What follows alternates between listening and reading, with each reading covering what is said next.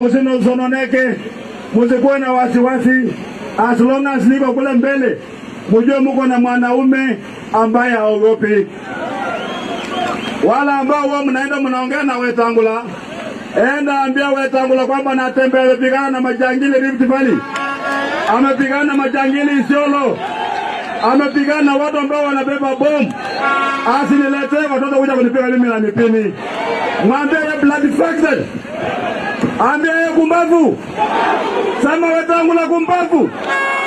Mwambia yeye shenzi. Mwambia awacha ujinga. Awacha ujinga. Wangu pa sema Wetangula awacha ujinga, awacha nione.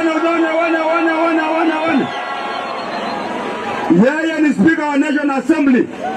Yeye ndiye anachea mkutano wa wabunge wote katika taifa la Kenya wakiunda sheria, si ndio? Yeye anatakana kuwa mtu wa kwanza ku respect sheria. Hawezi kuwa mtu wa kwanza kuvunja sheria, si ndio?